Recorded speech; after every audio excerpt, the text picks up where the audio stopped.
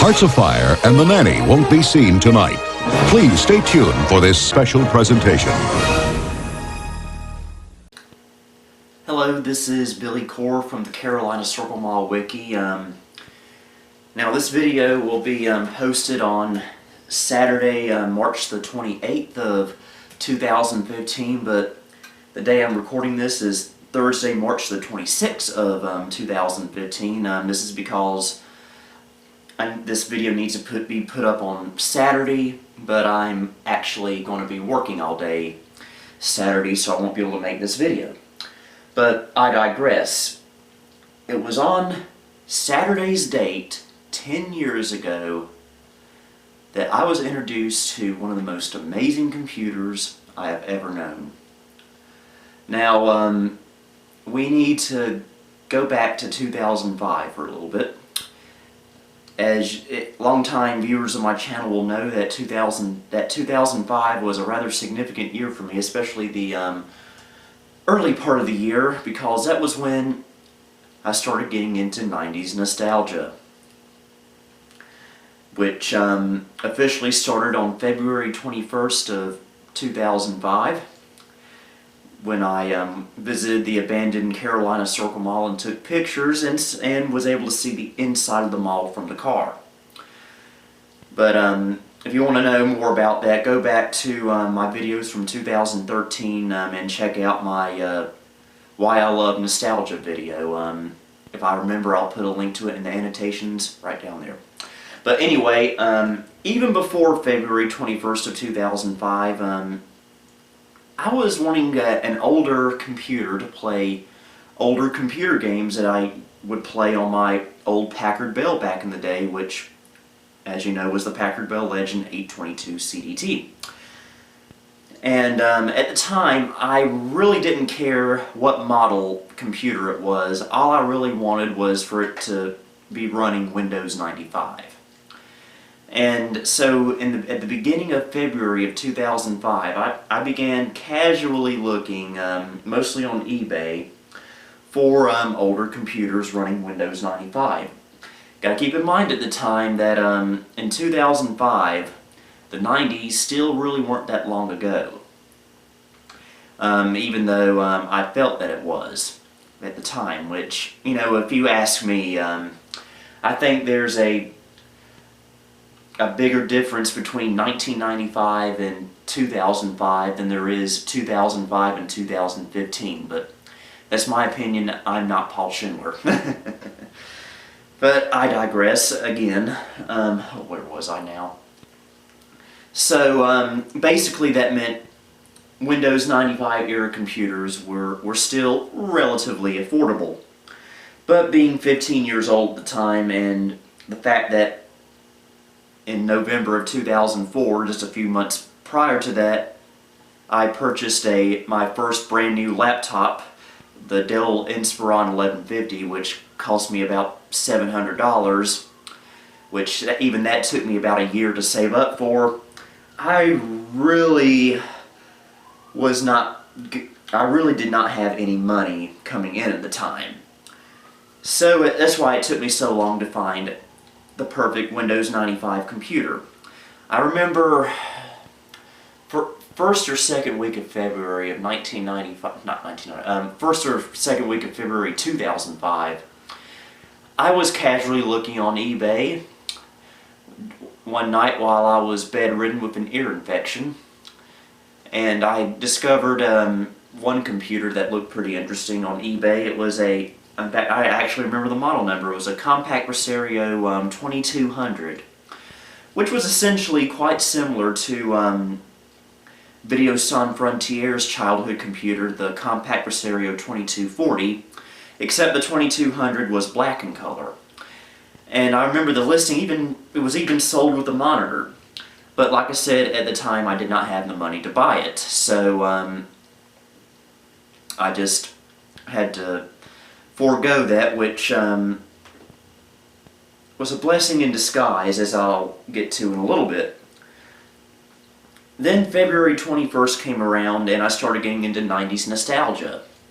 And so when that happened, that pretty much accelerated the need to have Windows 95 computer in my life again quite a bit more. So I decided then that since I was really getting into 90s nostalgia, I couldn't have just any old Windows 95 computer. It had to be a Packard Bell. It had to be a Packard Bell no matter what, because it needed to be as close to my original childhood computer as possible. And so I started looking specifically for Packard Bells. And again, I did not have much money at the time, and I was, and it had to be perfect. I kept finding random Packard Bells on eBay from the mid-90s. I kept, because at the time, I did not have hardly any knowledge of what Packard Bells were like I do nowadays. So I was just blindly looking for a Packard Bell that looked similar to the Packard Bell Legend 822 CDT.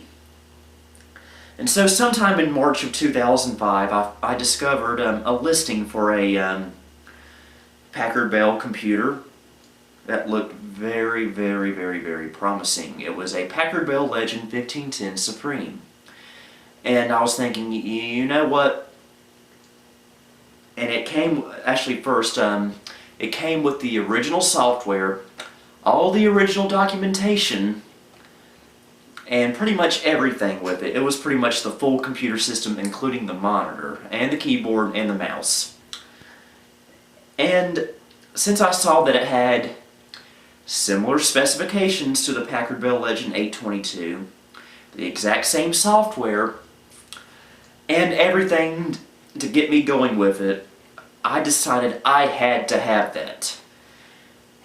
It was being sold as a buy it now for $50 with $20 for shipping, so in total it was $70, and I think I'd recently earned some money somehow. I forget how, probably robbed a bank or something, but I happened to have $70, so that was perfect. I decided, you know what, I need to buy this now. So my dad helped me create an eBay account, and I bought it.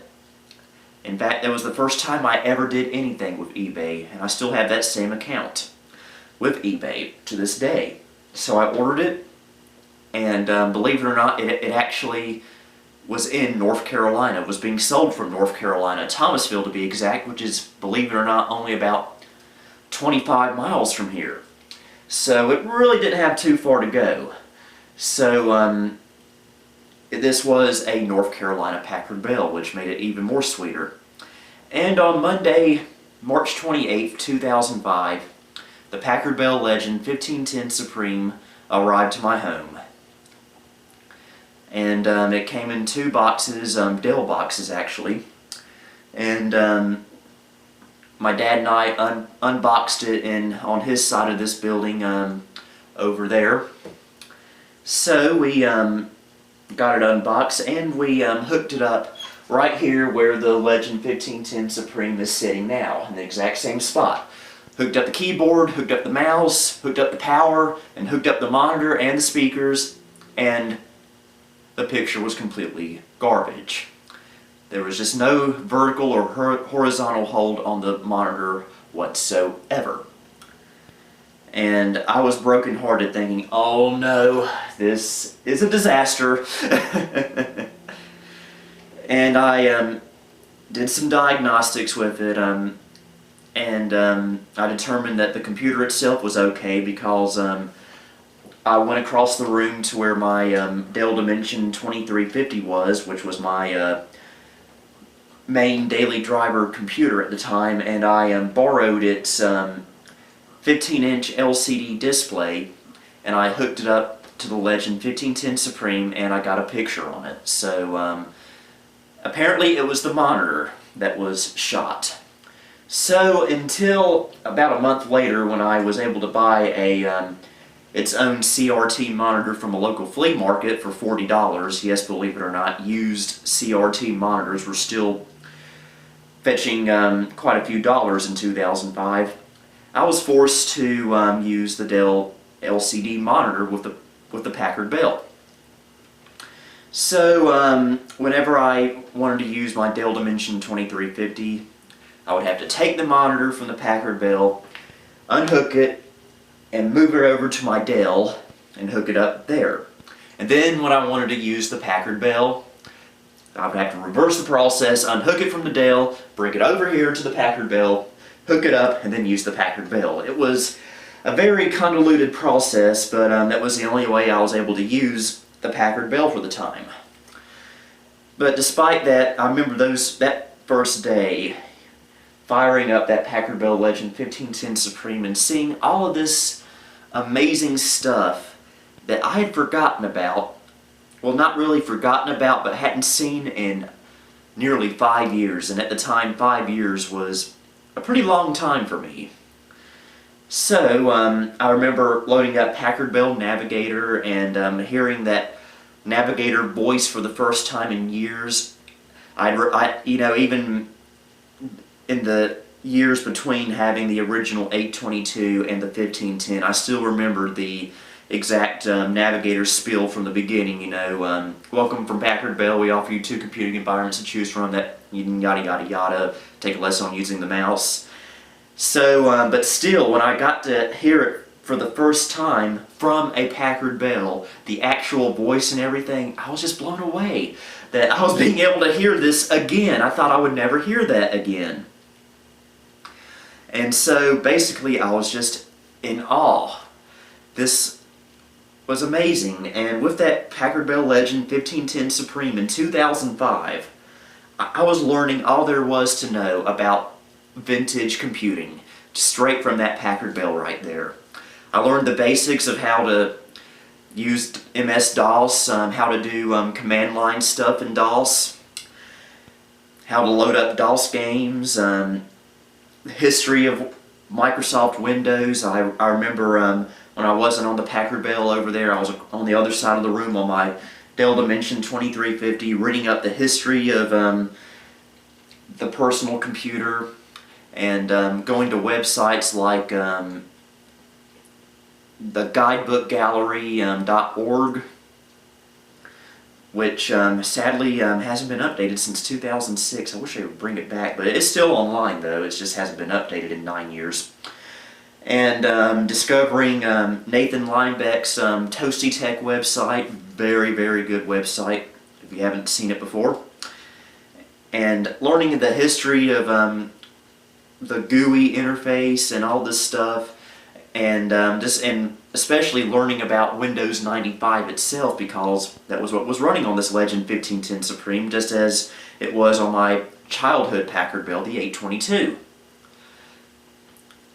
And I would just sit in this corner when I would come home from 8th grade school. I would sit in this corner right here and just tinker with this computer all afternoon long when I didn't have any homework to do. I was just fascinated by it, by all the nostalgia it had, because keep in mind in 2005, 90s nostalgia was a very, very brand new concept to me, so it was still very amazing to me. Of course, it still is to this day, but at the time, because it was so new, you get what I'm saying here. So yeah, those first few months, the Packard Bell Legend 1510 Supreme was in this corner here on the workbench in the exact same spot it is to this day. Until June of 2005 when I moved it into my bedroom. You should be seeing it right now in a picture I've embedded. That's a picture I took of it right when I moved it into my bedroom in June of 2005. Except I think this picture may have been from July of 2005, but anyway, and before that I believe you may have seen a picture of me in May of 2005 when the Packard Bell Legend 1510 Supreme was still out here in this very corner. I took a picture of myself with it. For whatever reason, I had Arc Workspace up on the screen, which is a part of Packard Bell Navigator.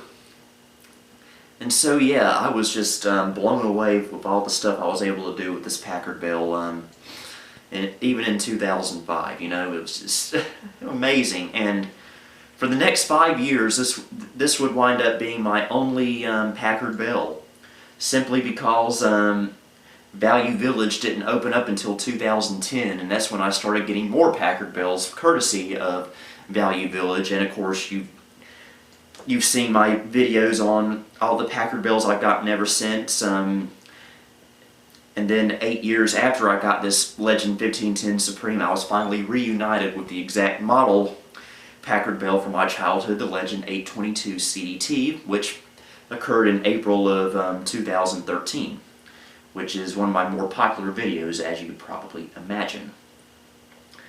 And so, yeah, I've had so many good times with this Packard Bell Legend 1510 Supreme over the years that it just amazes me that it's been 10 years now since I've had this computer and I still have it. And so with that said, why don't we get the camera off the tripod and take a look at what the Packard Bell Legend 1510 Supreme is doing 10 years later. Okay, about a month ago I set up the Packard Bell Legend 1510 Supreme out here in the workshop. Last time you saw this corner of the workshop, I had the Packard Bell Platinum 1 here, but I've decided to put the Legend 1510 Supreme here because this was its original home when I first got it 10 years ago. So I figured, you know what, this just feels more appropriate. And this is obviously not the original monitor that came with it. I got this a couple years ago. It's a very rare 17-inch model Packard Bell monitor, and it works just fine with it. This is not the original keyboard either. I still have the original keyboard, but I'm using it with another Packard Bell in my bedroom right now, so I'm using this. This actually came with my Legend 402 CD, hence the lack of Windows keys, but it does just fine for what I use it for out here. This is basically the same purpose that the Platinum 1 had when it was out here, just my workshop Packard Bell for when I'm out here and I want to play an old game or two. You can't really see the back of it too well, but I can tell you that it was manufactured September the 5th of 1996, making about a year newer than my Legend 822 CDT, although the hardware is very, very much alike. In fact, the only obvious difference is the case style. The 822 is a tower, this one's a desktop. And a little bit of history of this machine before I owned it. According to the original receipts that I got with this computer, which I still have, but it's in my bedroom, I'd show it to you otherwise, but it was originally purchased at a Sears in Jacksonville, Florida. And sometime between 1996 and 2005, it made its way to North Carolina. Same owner, I believe. They must have moved to North Carolina sometime between those years. But anyway, and it still works. It has gone through a lot of changes over the last 10 years. First change I made to it in I believe in 2010, when I was finally brave enough to open it up, I upgraded the CD-ROM to a more reliable and faster drive. It's gone through several CD-ROM drives over the past 5 years now. This is just the most recent one, and I've had it in there for about a year now. This is an LG DVD-ROM. Obviously, this cannot play DVDs, but it still works well as a good CD-ROM drive, and that's all I need it for. And I've also gone through quite a few hard drives since 2010. The original hard drive in it was just fine, but I upgraded to a bigger one, and the original drive I no longer have. I think I put it in another computer that I gave to someone, so yeah. It was originally a 1.2 gigabyte Seagate drive. And probably the biggest thing to happen to this computer since I got it 10 years ago was in 2011, October of 2011, I believe. I got a little fancy with it and decided I was going to upgrade the CPU in it. This originally had a 120 megahertz Intel Pentium processor. socket 5, I believe. Yes, socket 5. And the ZIF release lever to take the CPU out was made of plastic. And so when I lifted the lever up, it broke. Meaning that I could no longer put the CPU back into its proper position, rendering the Packard Bell Legend 1510 Supreme useless. And it sat just in pieces for a couple of years, sadly, until a year ago in either March or April of 2014. I made a video about it when I did this. I replaced the motherboard in here finally with the exact same one, because I found one really cheap on eBay just by luck, pretty much. And I put the whole thing back together. I even gave it a new floppy drive, a new sound card, which is because the in fact the original Packard Bell sound modem card in here actually did go out on me about 5 years ago, and it's gone through a couple of other Packard Bell sound cards, but the one that's in it now is just like the original, and it's still fully functional. Again, I got it off eBay a year ago, and it's been a beautiful computer ever since. Last time you saw it on this YouTube channel, I believe, was in was during my nostalgic Christmas series of 2014. I did a few Let's Plays with it, but before that, in August of 2014, you saw me add a Packard Bell TV tuner card to this machine. That's no longer in it now. The TV card is now in my Legend 402 CD. I put it in there when I decided to move the 1510 Supreme out here now. So pretty much the Packard Bell is mostly stock, except for the hard drive and everything. And by the way, as with a lot of my older systems now, this is also running from a CF card now instead of a physical hard drive. And like most of my CF card setups, it has the CF card slot in the back there. You really can't see it though. And it's using a 2 GB Transcend CF card.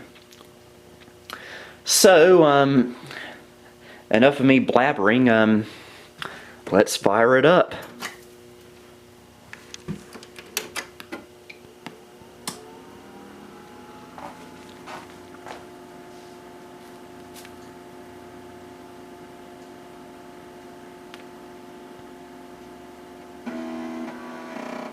Got 40 megabytes of RAM in it. Originally had 16 megs.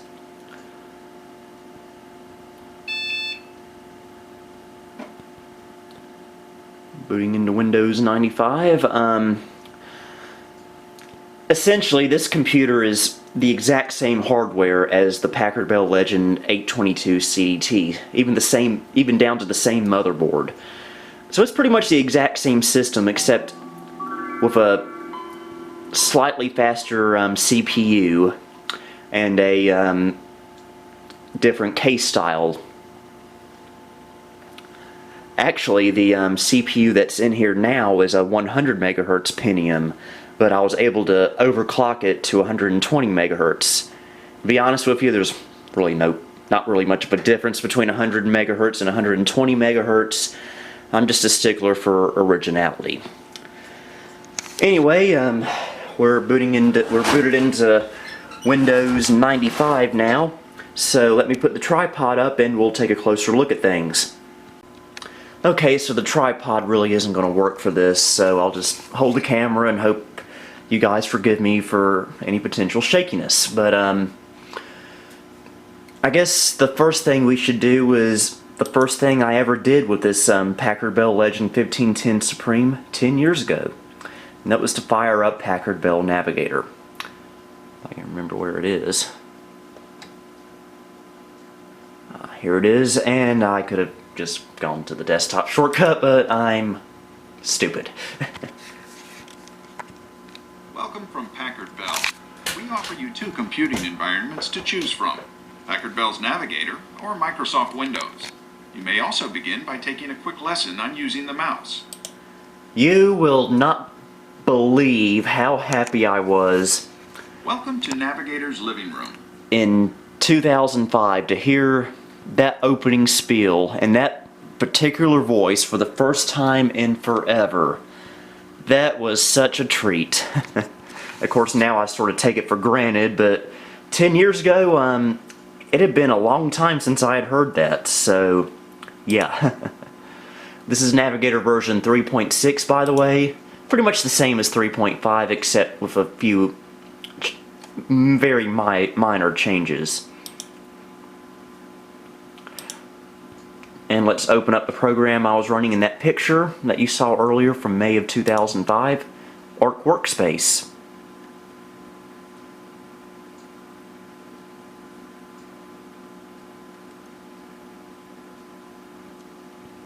And as you can see, it's pretty much a workspace, a professional looking one.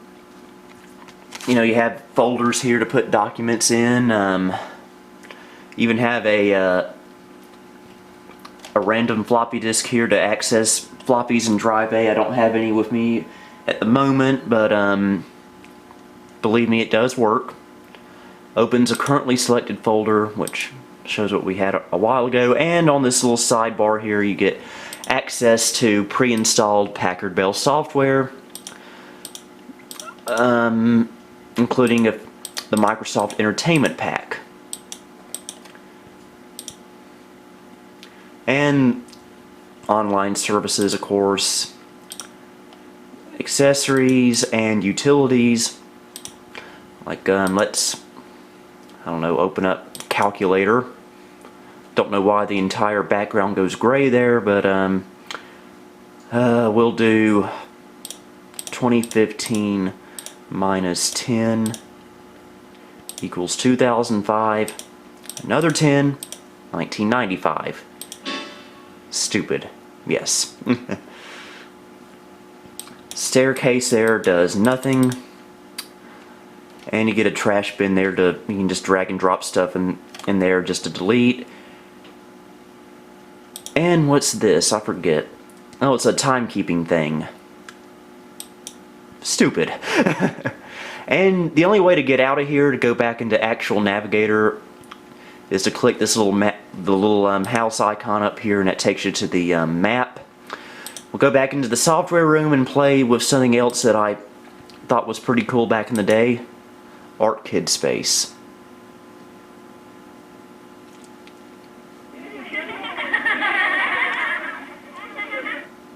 Hello and welcome to Kid Space. This is the fun place to work and play. Shut up! Okay,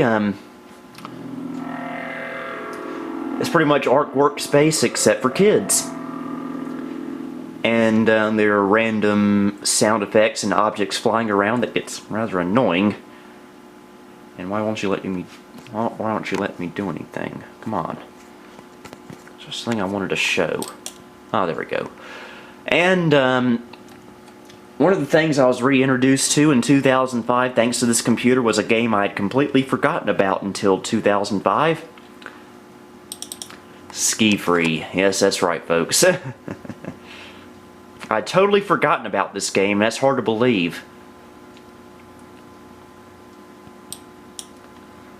Yeah, you've seen this game so many times on my channel in the past that it's not even funny anymore, I bet.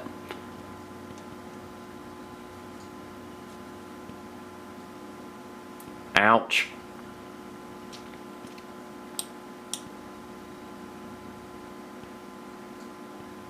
Ouch. Let's just hit the F key so we can get through this quicker. Ouch.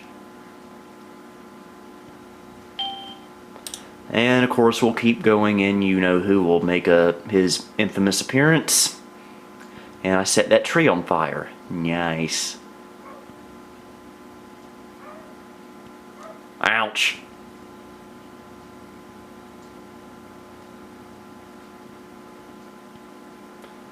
Once we get to 1985 meters, he'll show his ugly face. And there we go.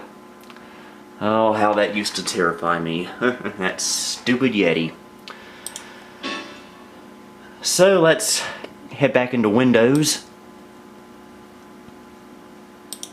Everybody out of the pool. Love that sound for whatever reason. Oh, I forgot to make it play That Is Not a Toy. Oh well, we've heard it before. Okay, let's play the first computer game I ever played on this particular Packard Bell in 2005. Pretty much one of my childhood favorites from the 90s.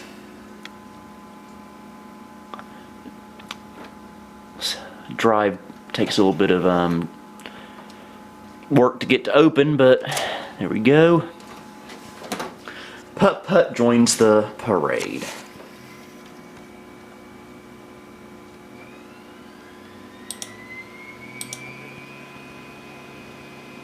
Apparently I've never played a Humongous Entertainment game on here since the last time I reformatted it, so well, you gotta test the CD-ROM drive speed.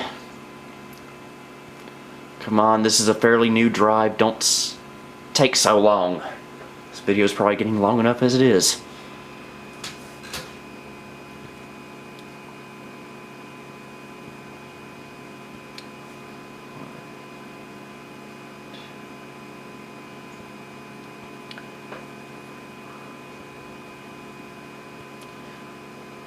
At the time, including this one, I believe I have 4 Packard Bells in my collection. Legend 1510 Supreme, Legend 822 CDT, PB 1750 CDT, and the Legend 402 CD.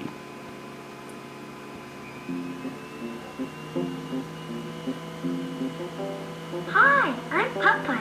Come join me on my adventure. I'm ready to go. I was hoping it would show the trailer for Fatty Bear's birthday surprise at the beginning. It pops up every now and then in this game.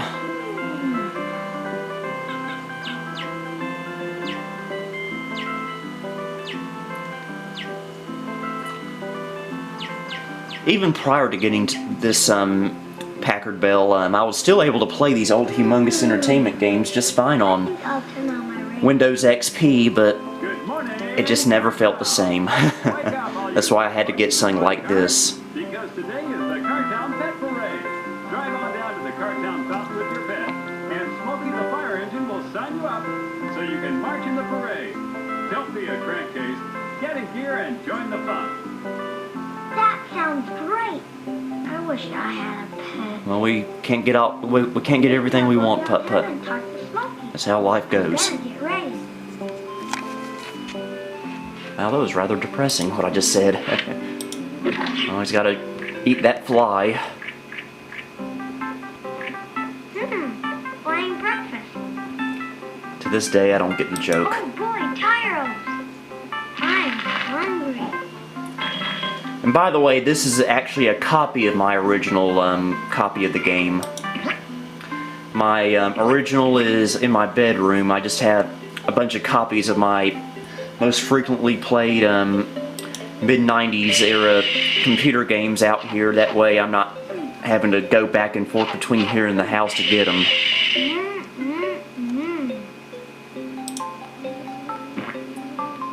Now to brush your teeth. It's time to brush. You'll wonder where the yellow went when you show Randy a new HP. No, wait. You'll wonder where the yellow went when you brush your teeth with Pepsodent. This coin will come in handy. Random ad for an old Pepsodent. Random reference to a Swell day for a parade. Pepsodent commercial from the 1950s. Maybe a couple of you guys will get that. Well, that is a loud CD-ROM drive. Or DVD-ROM, I guess I should say.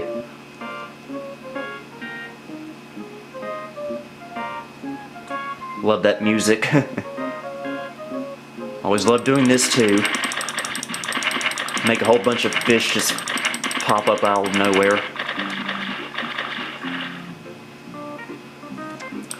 You know, I'm probably gonna have to play this tonight on the Legend 822. Wonder how I could get past that cow. This is putting me in the mood for some Putt-Putt Joins the Parade. Now I can keep on driving.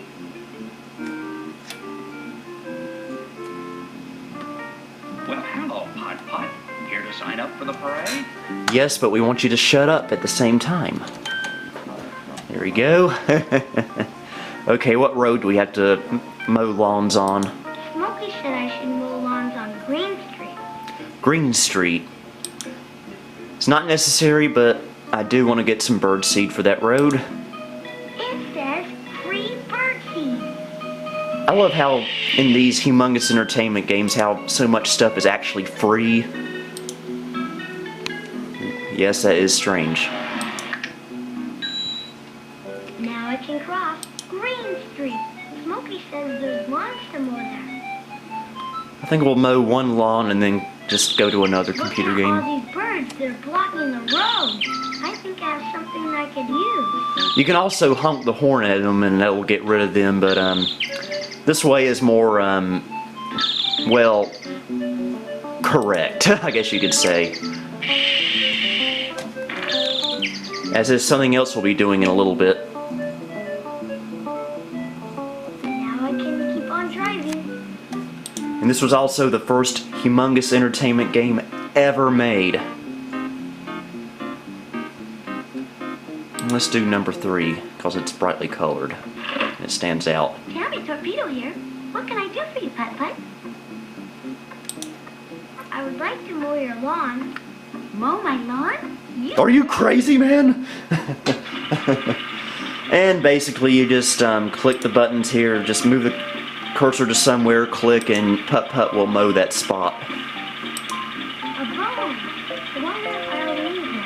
I better take it. You can understand that Putt-Putt picked up a bone, which we will need later in the game, which I'm not going to show the later part of the game because I really don't feel like it. Now, believe it or not, you could technically stop right here. You see, we've just mowed the edges of the lawn, but believe it or not, that's actually enough to get through this. This works for every house except for number 4 Red Street for whatever reason. However, I've never liked doing that for some crazy reason. I just like to go through the whole thing. Yes, I'm a weirdo. I guess a glutton for punishment in a way, but I just like doing this legit for some reason. It's not hurting me. I love that song playing, by the way.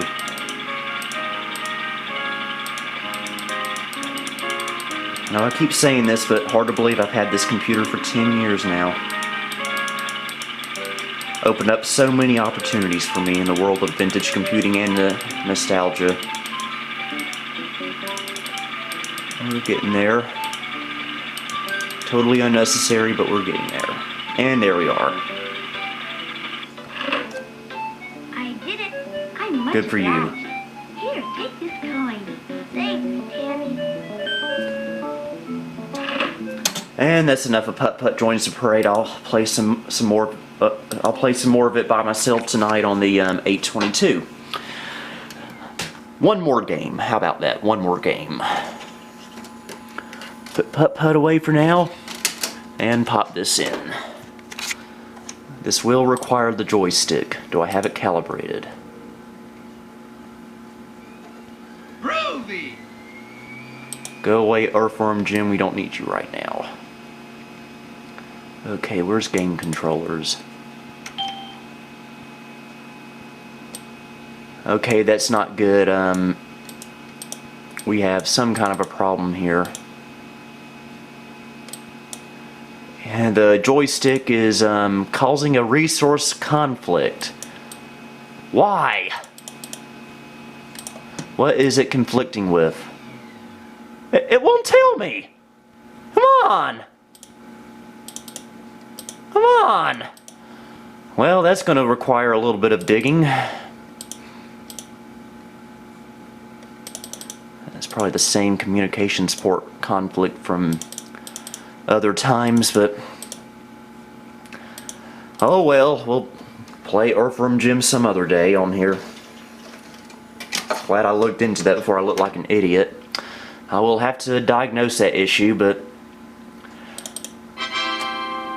we'll go into DOS for one particular reason. I still need to install the DOS CD-ROM driver, but it was actually on this computer when I rediscovered a DOS game that I had played on the original 822 back in the 90s.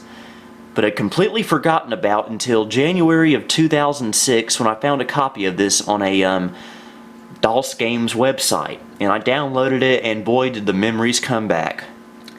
And this is a game that's shown up in so many of my YouTube videos that it's probably making you guys sick now. But we're going to play it again just because I rediscovered this game on this particular computer. Maybe the joystick will work in DOS for this particular game.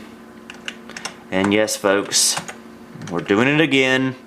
Sky Road's Christmas special.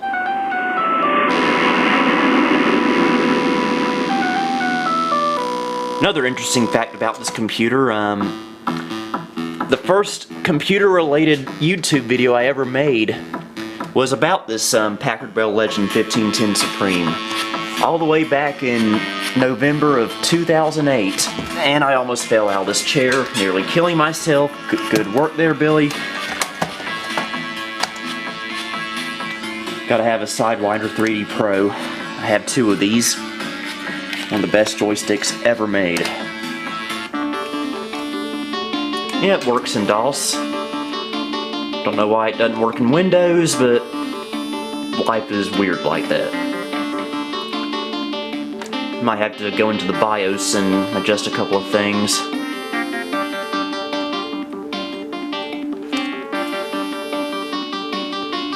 Okay, road number 1 was done just fine. I love this song here.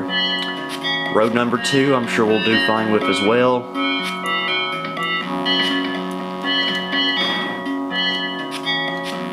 Hope the camera's not been too shaky in this video. If it has, I apologize.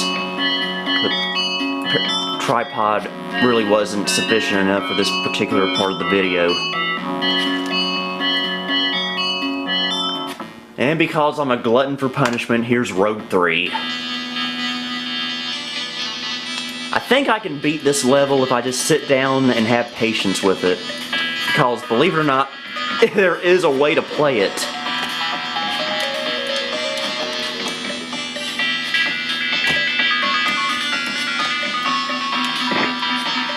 That was the furthest I've ever gotten in that level, guys. Literally the furthest I've ever gotten.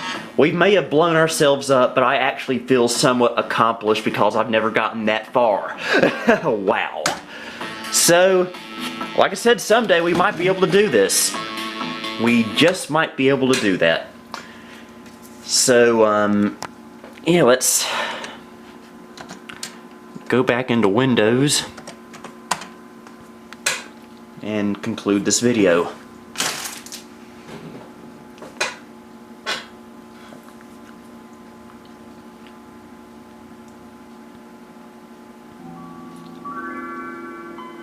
We'll have to get to the bottom of the resource conflict with the joystick, but it's probably nothing too serious. Probably a setting I have to change in the BIOS. In fact, rebooting may have fixed it.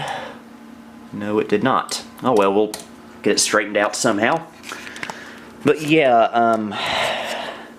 like I said, it's hard to believe it's been 10 years, you know. 2005 still doesn't seem all that long ago to me. Because like I said earlier in the video, I've always believed that there's a bigger difference between 2000, let me start over. There's a bigger difference between 1995 and 2005 than there is between 2005 and 2015. Hard to explain why that is, but it's just how it is for me. And yeah, 10 years, a whole decade has gone by with this machine, and I owe a lot to this Packard Bell Legend 1510 Supreme. It helped get me into my interest of vintage computing. And even though this is no longer my only Packard Bell, especially since I have my childhood one back again, I still have a lot of respect for this Packard Bell for all it did for me 10 years ago. So here's to another 10 years with the Legend 1510 Supreme. So with that said, this is Billy Core signing off. Happy birthday.